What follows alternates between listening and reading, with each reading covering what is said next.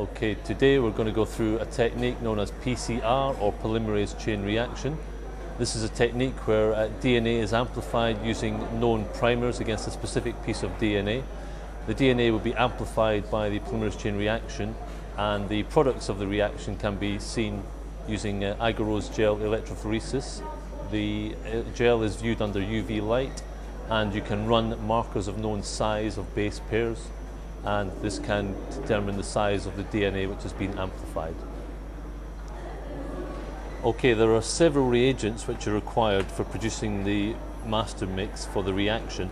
The first reagent is buffer, which provides an optimum solution conditions for the reagents to work. This is added to your reaction tube. The next reagent is magnesium chloride. Between reagents, always make sure you change the tip so you don't contaminate your reagents. Magnesium chloride will be added. Pipettes are used to ensure that you get the correct volume of each reagent.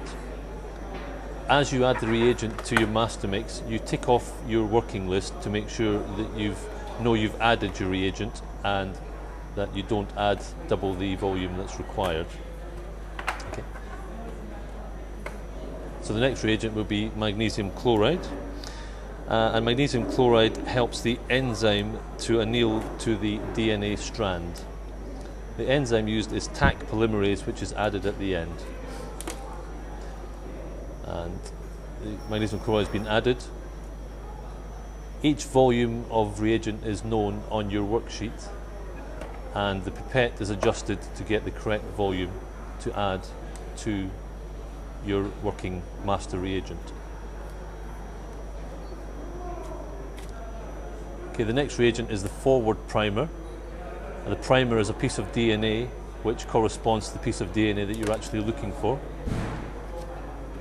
And the next reagent is the reverse primer. This is added to your master mix. As you can see, all reagents are kept on ice.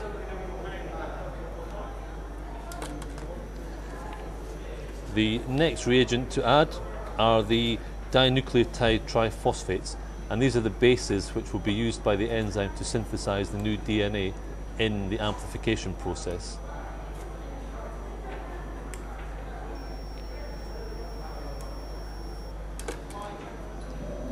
After the dinucleotide triphosphates have been added, a volume of distilled water is added to the master mix.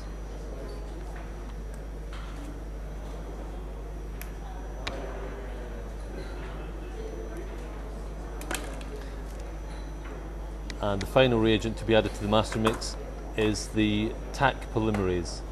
Taq meaning Thermus aquaticus, which is the bacterium from where the enzyme has been obtained. And that's added to the master mix, and that's ready to use, and that's ready to be added to the sample.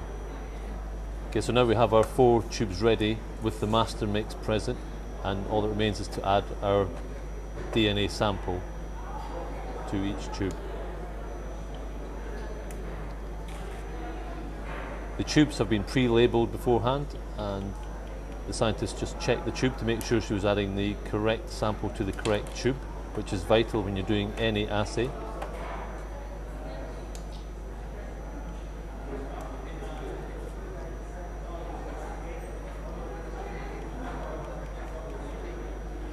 And the sample is mixed well with the master mix reagent.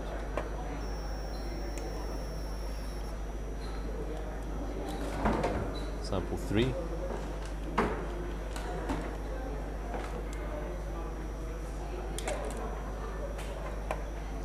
And a fresh tip is used each time for each new sample.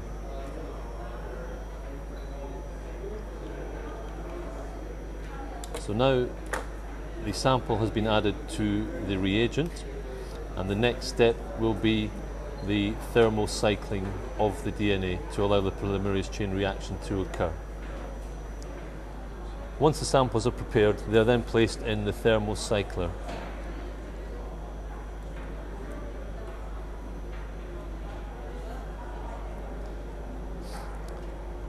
The lid is closed and the cycle is started. and the cycler is pre-programmed to reach certain temperature for a certain period of time. The initial temperature is 95 degrees for 5 minutes, and this allows for complete denaturation of the DNA, and then the double-stranded DNA separates and the primer attaches once it's cooled to 45 to 60 degrees. This is where the annealing of the primer and the single-stranded DNA occurs. The cycler heats again to 72 degrees C, where the DNA polymerase amplifies the DNA, and then it is heated again to 95 degrees to separate, denature the double-stranded DNA. This takes place over 30 cycles, and the final extension is at 72 degrees centigrade for 5 minutes. Once the cycling is complete, the samples are removed from the thermocycler and placed on ice, and they are now ready to be run on an agarose gel, or they can be placed in the freezer to be stored until they're ready to be run on an agarose gel.